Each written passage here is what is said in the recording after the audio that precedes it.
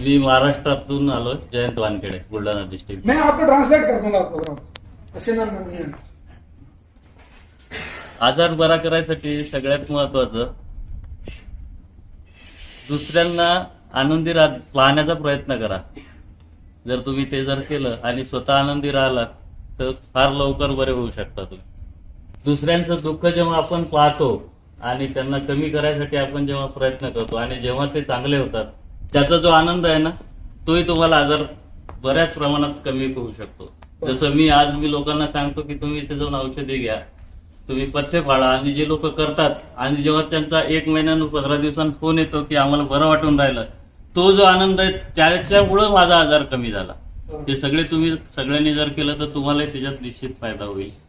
आता अशी गोष्ट आहे की मला काही डॉक्टर लोकांच्या ऑफर आहेत सर मग कि आप कंसल्टेंट बन के रहिए तो आपको पैसा दे दूंगा. वो तो करते हैं, उनका धंधा है. आप पेशेंट हमारी तरफ भेजो, हम आपको इतना पैसा देंगे. मैं बोला मैं वो काम मेरे को भगवान ने बचा लिया, गजानन महाराज ने, यही मेरे लिए बहुत बड़ी बात. बस ऐसी छोटी मोटी बातें भी आप सब करेंगे तो बहुत सारा फायदा आपको हो सकता है.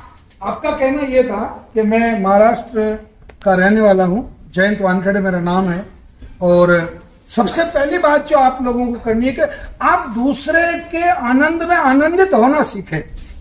मतलब दूसरे के आनंद से जले नहीं, ईर्ष्या भाव नहीं होना चाहिए, आप में एक आनंद भाव होना चाहिए. और दूसरे को आनंदित करने के लिए आप क्या कर सकते हैं, मतलब वो प्रयत्न, आपके सभी प्रयत्न होने चाहिए कि जिससे आप दूसरे को आनंदित कर सके. आपका पेशेंट भी आनंदित होना चाहिए.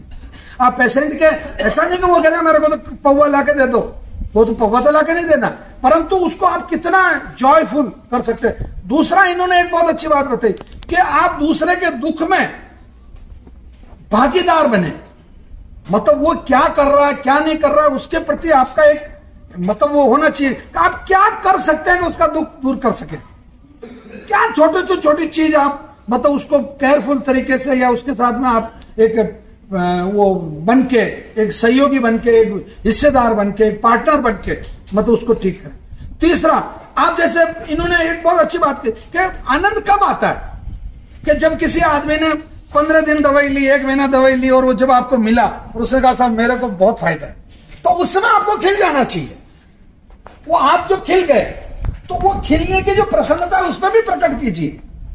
मतलब अरे यार मजा आ गया यार, फिर आप उसको थोड़ा एक मोटिवेट करिए, एक बुस्टअप होना चाहिए. और आखिरी बात, ये बहुत अच्छी बात कह रहे हैं, ये कह रहे हैं बहुत सारे डॉक्टर हैं जो कह रहे हैं हमारे कंसल्टेंट बन जाइए, हमारे पास ये फैसिलिटी है, हम ये आपको दे देंगे, इतना कमीशन दे देंगे. तो गजानन महाराज की कृपा वैसे इन पर है, और पैसा तो दुनिया में सब कुछ नहीं है.